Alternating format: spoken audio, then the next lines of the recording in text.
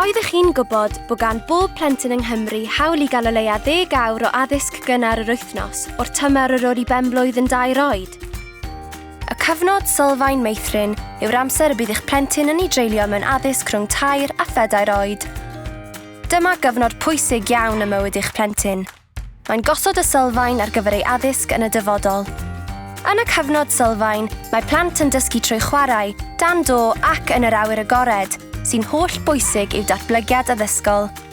Mae plant yn ganolog i'w profiadau dysgu eu hunain. Rhoddir ystyriaeth i'w diddordebau nhw. Mae'r plant yn cael eu hannog i wneud dewisiadau ynghylch dysgu. Bydd hyn yn ei dro yn sefydlu agwedd fwy bositif at ddysgu. Mae pob plentyn eisiau dysgu, ac mae'r cyfnod sylfaen Meithrin yn annog plant i chwarae gyda syniadau, arbrofi, mentro, datrys problemau a gwneud penderfyniadau. Maen nhw'n gweithio ar eu pen eu hunain ac mewn grwpiau, mawr a bach, ac mae staff cymwysiedig yn arsylwi ac yn cynorthwyo bob amser.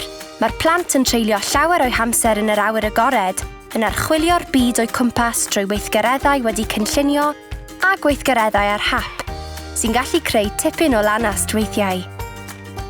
Mae hwn yn brofiad dysgu cyfoethog, difyr, llawn gweithgareddau ymarferol, sy'n caniatáu i blant datblygu dealltwriaeth o'u hunain a'r byd maen nhw'n byw ynddo. Maen nhw'n datblygu sgiliau darllen, iaith, cyfathrebu a rhifedd. Caiff plant fynegu eu hunain trwy ddawns, celf a cherddoriaeth i helpu eu datblygiad creadigol. Ac mae gweithgareddau corfforol yn helpu plant i ddefnyddio'u cyrff yn fwy medrus.